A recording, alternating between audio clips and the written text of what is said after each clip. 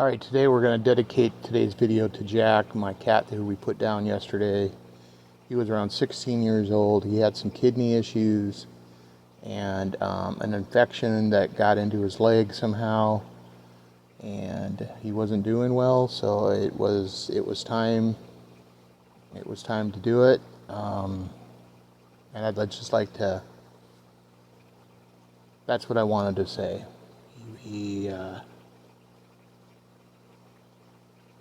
Yeah, he's going to be missed.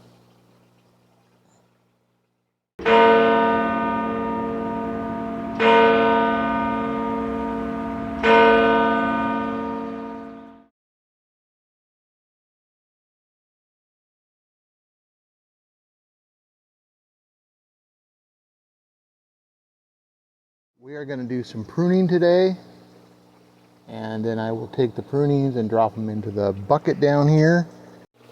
Alright, so let's start with, we're going to take this tomato branch off that has decided to sag.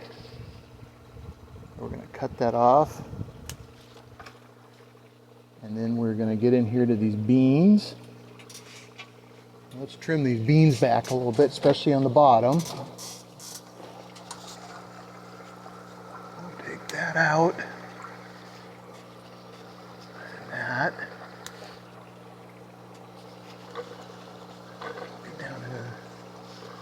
Nitty gritty down here. Alright, so we're going to go ahead and continue here. That's some old leaves. Let's get those out of there.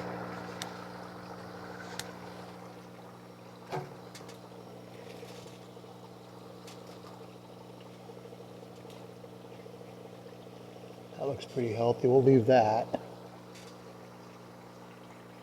Okay. So we do have some ripe tomatoes up here. Another one getting ripe. Well, the next thing we're going to do is we're going to take care of some of this kale. I think some of this is just going to go bye-bye.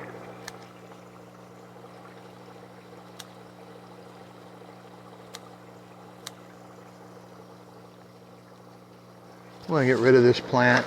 I don't want it no more. Okay. Actually, I think I'm going to get rid of this kale here too. I got some lettuce seeds that I can plant.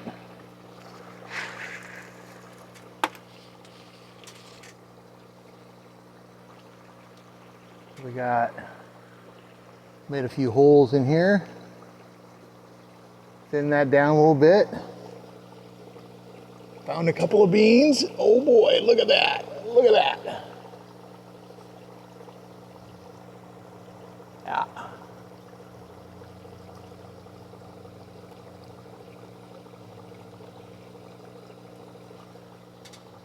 Got some nice beans. Look at that. Pretty sweet. Okay, let's get this bean out of there. It's a little young. Good. Good stuff. Okay. Okay, we did a bunch of pruning, and what I do is I like to take all my pruning and they go right into this bucket here where they get broken down, mineralized, just like you would fish poop or anything else, but these are plants. So they just go in there. That can go in there, roots and all. The tomato vine can go in there.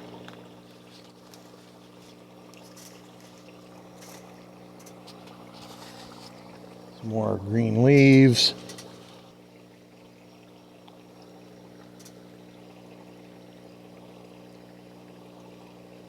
Yeah. That's all going to go in there. The roots can go in. And we'll just take this, push it down in there where the stuff gets broken down like you would in any other mineralization tank. It becomes liquid fertilizer for the systems. That's what it starts to look like as it breaks down.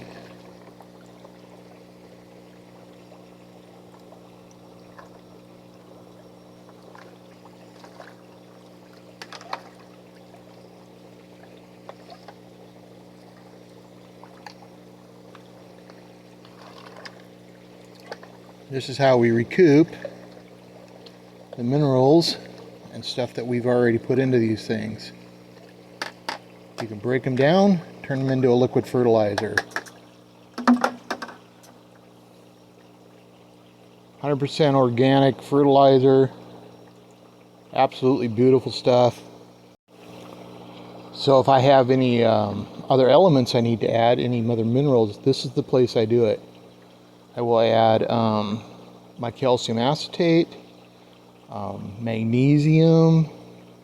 Sometimes I'll put in the calcium, iron, potassium, and then I spoon feed this stuff into the systems here, a little bit at a time. Alright, so we're gonna pluck a few of these starts out of here, and we'll put them in the aquaponic system. It's got a few different kinds of lettuce in here. I had a whole bunch of mixed, just different kinds. We're gonna pluck out a few of these. I like these. This is kind of a red leaf one. That's pretty good.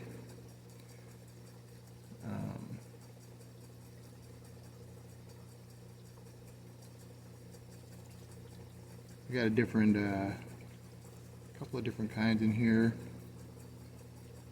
I'm not sure what all I have. To be honest with you, I just kind of grabbed a bunch of seeds and threw them in there at one time, just because I got so many of them. But that's okay. Let's go ahead and pluck a few of these out of here, or prick them out. So I'm just gonna kind of get in here a little bit. Kind of loosen up the roots. Oh, look at that.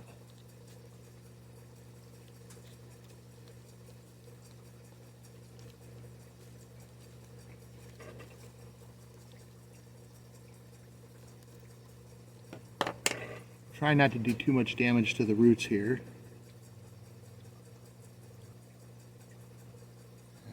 We might have to spray these a little bit. We got some white fly. That sucks.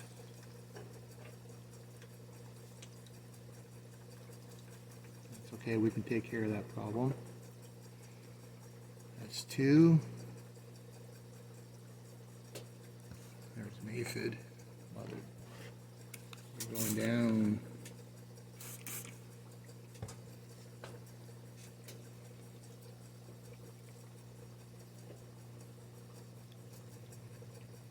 Another one.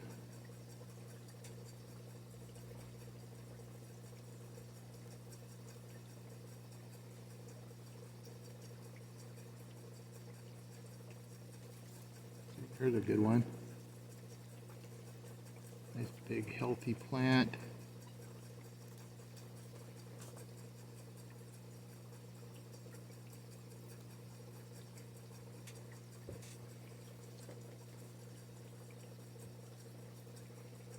Probably take the bigger ones out of here and just throw the rest of them out. I got a lot of lettuce growing. I don't really need much more. Yeah, that looks like a pretty good plant. And we got a few more back here. That looks pretty good.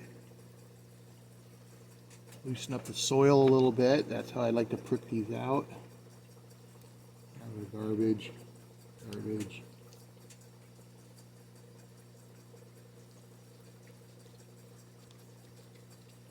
Just kind of loosen the soil up,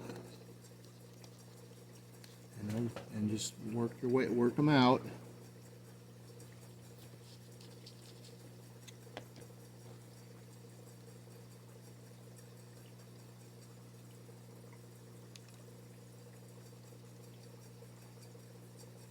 Okay, I think that'll about do it.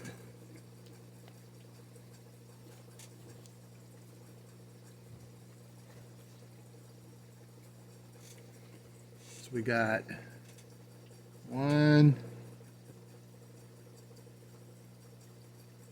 2, 3, 4, 5, 6, 7. So we're going to do 7 of these. That should be good. I'm going to give them a little bit of a spray. This is a JADAM Wetting Agent, JWA. It's a homemade insecticide. Basically, it's just soap. I have a video that I'm going to be putting together on that soon.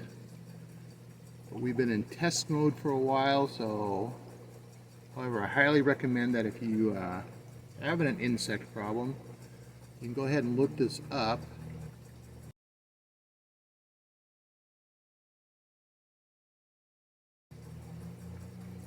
It's pretty easy. You do have to be careful making it though, but I'm digressing. Let's go back to what we're doing here. We're just checking for insects, bugs, making sure that we don't have any hitchhikers, or not ones that we can't take care of. Like I said, these have been outside for a while, so okay, that all looks pretty good. Alright, so we got the starts. And they're cleaned up as far as bugs go. We're gonna put these in. I don't have any fancy ways of doing it. I just take my hand, separate it aside a little bit, and drop it in.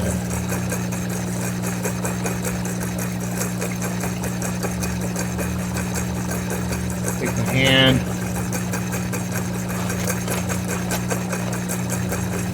drop it in.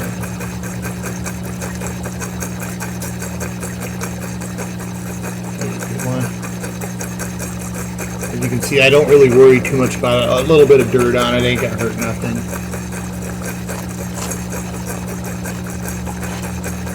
Drop that in.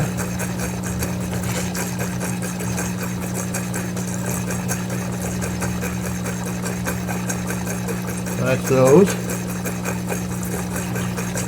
And I hope you can probably seen.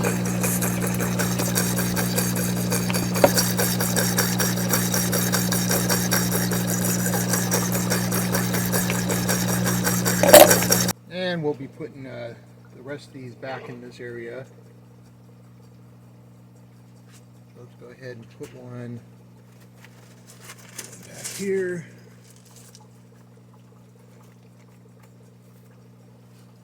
Put another one. Another one right here.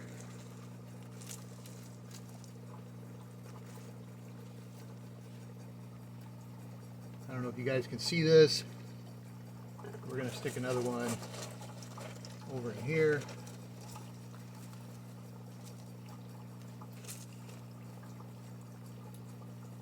And I think, oh no, we got one more. Got one more we plucked out. Let's put that one. Let's put that one back in this area.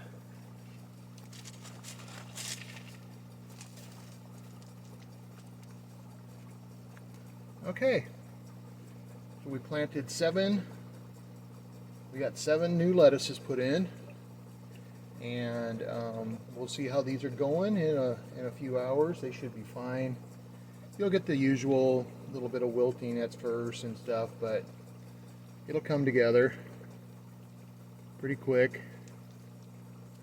and we will have more lettuce. Okay, it's been about 24 hours and it looks like the starts are taking off just fine. There's the ones we did yesterday. There's the other one. And those 3. and these 3 right here. So yeah, it looks good.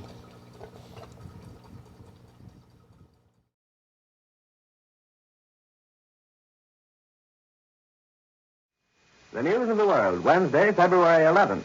Once again, Columbia prepares to call in its correspondents in various world capitals to give you the latest news by shortwave radio. This morning we shall call in London and Washington and also attempt to bring you the news direct from Batavia in the heart of the Far East fighting zone. In addition, Harry Marble will report on the latest developments at points not covered by our direct pickups. But first, here's the situation in brief. The Japanese are closing in on the city of Singapore from the north and west, but the British have launched some counterattacks. In Burma, the Japanese have crossed the Salween River. MacArthur's men are holding their lines on Bataan. The Dutch are fighting a stubborn delaying action around Makassar on the Celebes and Banjarmasin in Borneo. And now, Harry Marble. Before calling in Batavia for the report of William Dunn, here is the latest news of Russia. The Red Army announced this morning that the Germans have lost still another general. He was killed in the Smolensk region west of Moscow, and this time there is no question about how he died. Soviet guerrillas blew up the staff car in which he was riding. The Red Army continues to carry the fight to the Nazis.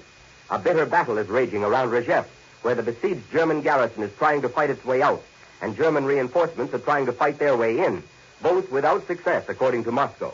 Another battle is raging around Kharkov, the industrial city in the Ukraine, and the Berlin radio admits Soviet gains in this area. For a report direct from the Far East, we take you to Batavia and the news by William J. Dunn.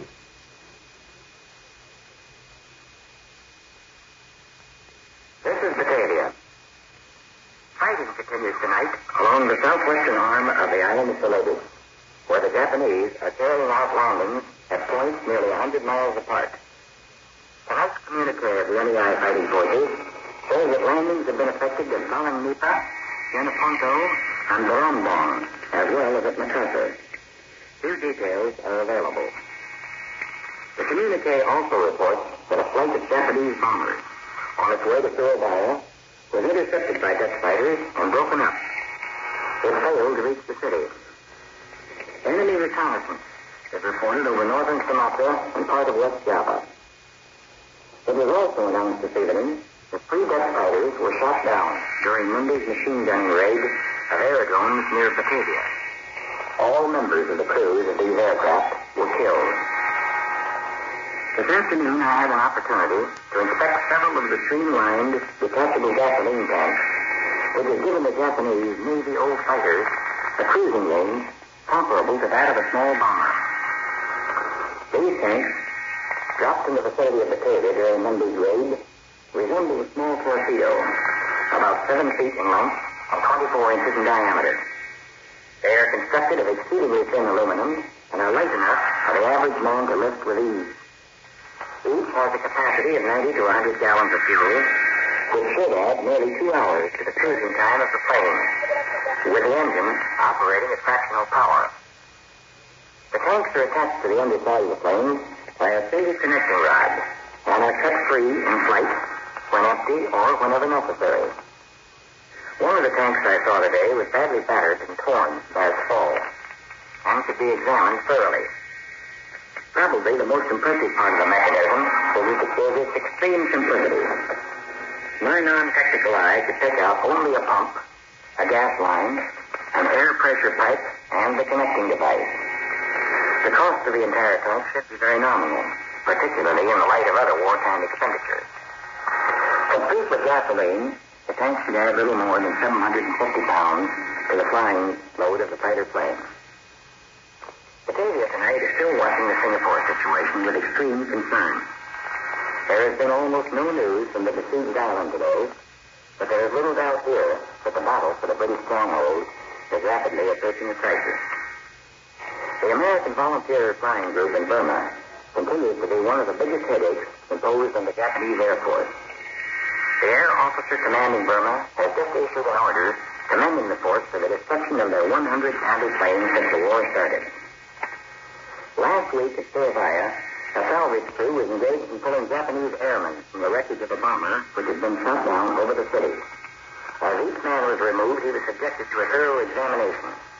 One of the Japs was wearing a pair of trousers which carried a neatly lettered label inside the belt band. The label read, Java Stores, Surabaya. This is William J. Dunn in Batavia. I return you now to Columbia, in New York.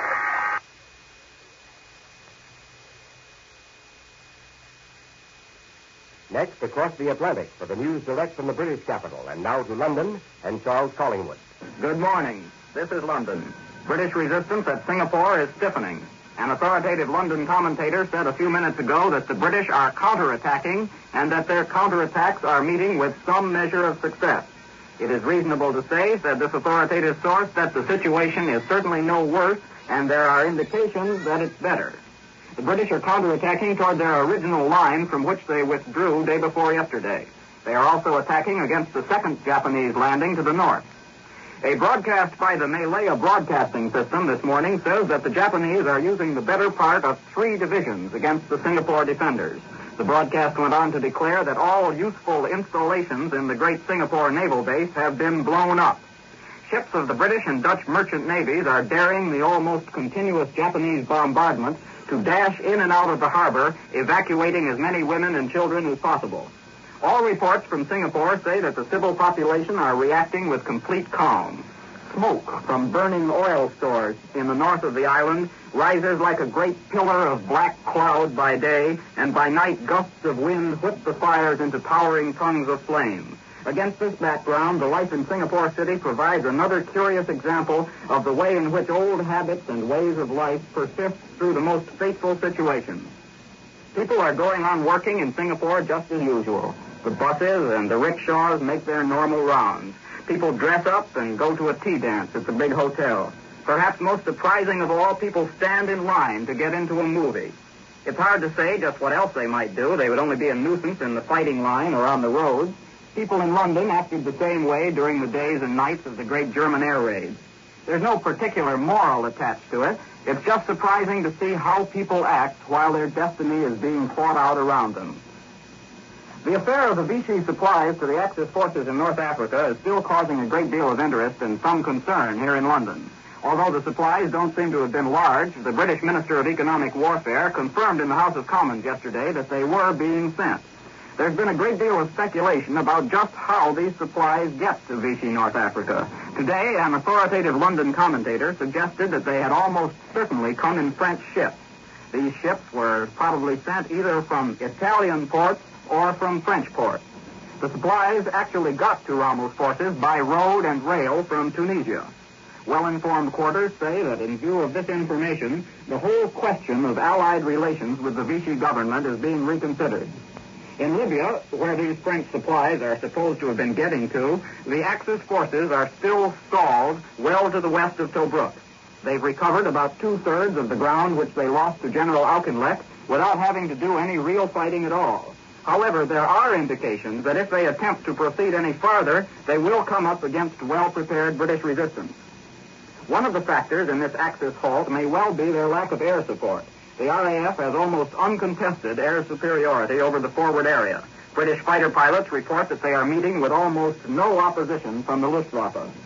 The Royal Air Force was also active in the west last night. British bombers attacked Bremen and other targets in northwest Germany, and once again, bombs were dropped on the docks at Brest. The RAF is doing its best to see that the Scharnhorst and the Gneisenau stay put. This is Charles Collingwood in London, returning you to Columbia in New York. For the news in our own nation's capital, we take you to Washington for the report of Eric Severide. Today is the national holiday of Japan. Some authorities in Washington, whose job it is to carefully check the progress of the Philippine fighting each day, believed last weekend that the Japanese would try to complete the capture of the Philippine Islands in time for today's celebration. This morning it appeared that Singapore might fall before the Philippines. But there is a feeling here that the final hour of trial for MacArthur's men is now at hand. The fight for Luzon has continued 65 days. No one here any longer speaks about reinforcing the men in the Philippines. And for what material can get to the Far East, other areas with more chance have priority. There's little speculation about MacArthur's chances of evacuating. It's believed by many that the small group will first try to withdraw to the Corregidor Fortress in Manila Bay. That fortress probably could withstand a fairly long siege, but it's recognized that would be defiance without hope. As the two forces line up today, something less than 20,000 Americans and Filipinos are facing something more than 100,000 Japanese. The military problem of coping with the Japanese in the Far East has a parallel in the legal and administrative problem of coping with them on the west coast of the United States. Yesterday, a committee of Pacific Coast senators and representatives asked that all persons of Japanese ancestry, and that would mean many who are now American citizens, be evacuated from the coast, and that individuals would be readmitted only on license. Mass evacuation of citizens or ousting of individuals, according to the Justice Department, would be illegal unless the land were condemned for use by the military. One solution now being discussed is a declaration of martial law in these areas. Then the Army would move citizens as well as aliens. Pacific Coast congressmen are expected to meet again tomorrow. They may ask the president to issue an executive order to carry out the evacuation they want. Another possible solution is the arrest of citizens and aliens for what is known as protective custody, arrest for their own safety. That has already been applied in 2 or 3 cases. For example, in one southwestern town, an industry had brought in Japanese workers to replace whites who had been a long time on strike.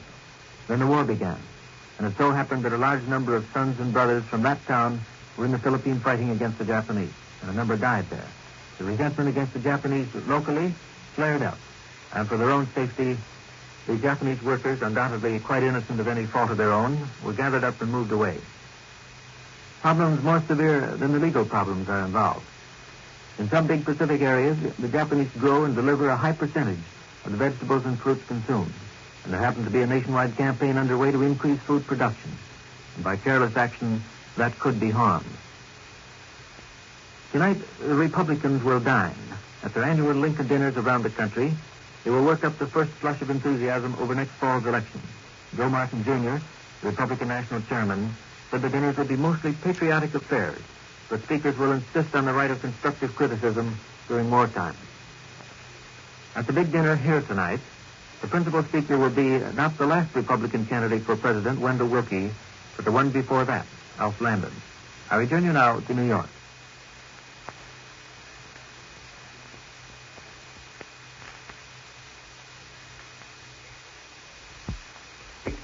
The word security, the great illusion. In every capital of the Allied world, there were bitter charges that there had been too much of the illusion of security, too much complacency, too much lethargy. Australia threw away the word security. Mother India forgot it as the Japanese opened up their all-out drive on Burma. Britannia, ruler of the waves, found that her own Straits of Dover were no longer impregnable. Singapore, with its hundreds of millions of dollars worth of fortifications, thought bitterly of that word security. And America's leaders warned and warned again that we are taking a licking in the Pacific. The warning came from Donald T. Nelson himself, the industrial czar of our war effort. Even America's own shores were not secure in their rock-bound distance from the enemy camp. Submarines working off those shores had proved it. It was proved again in flames, fire which swept the liner Normandy, a blaze started by carelessness. The critics of these appalling setbacks pointed to but one factor: false security and gross and utter carelessness. In London, in New York, and in Australia, carelessness was blamed in the public prints for the plight of Singapore, for the victory of the German battleships Gneisenau and Scharnhorst reaching the Straits of Dover, for the Normandy fire, for lack of air power. In all the highlights of the week's news, there was but one highlight for the Allies, only one bright spot, and that, the disclosure of the terrific damage wrought by the American Navy in its attack on the Japanese-held Marshall and Gilbert Islands. A couple of emperors didn't get much sleep on the night of February the 11th. Emperor Hirohito's royal head didn't touch a pillow all night. The Tokyo radio says the emperor was gripped by insomnia.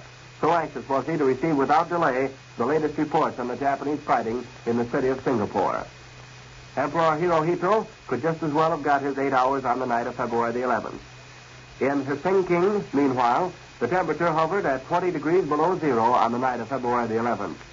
In the very coldest hours just before dawn, Emperor Kangti of Manchukuo got up in his bedroom, had his royal aides help him on with his royal clothes. Then, while it was still dark, Emperor Kangti made a cold journey to the shrine of the Japanese sun goddess. There he, too, offered his prayer for Singapore. Well, that particular morning, Emperor Kangti could have saved himself the trouble and turned over and grabbed an extra hour in his warm bed. Because Singapore didn't fall that day, or the next, or the next. For the British troops were busy writing their history into the proud annals of the British Empire. But critics said the reason for Singapore's invasion was not a proud chapter in anybody's history. Yes, and the critics were numerous throughout the British Empire. Those who were there say it really began at Penang, this disaster which was engulfing Singapore. Penang is a little island off the northern Malayan coast, abundant in tin and rubber. The Japanese took it in a lightning thrust, but how they took it was another matter. There were charges that the British had no anti-aircraft guns at Penang, that there were no fighter protections, that they hadn't even camouflaged vital area targets, and that they did not carry out a scorched earth policy in their retreat from the rich little island,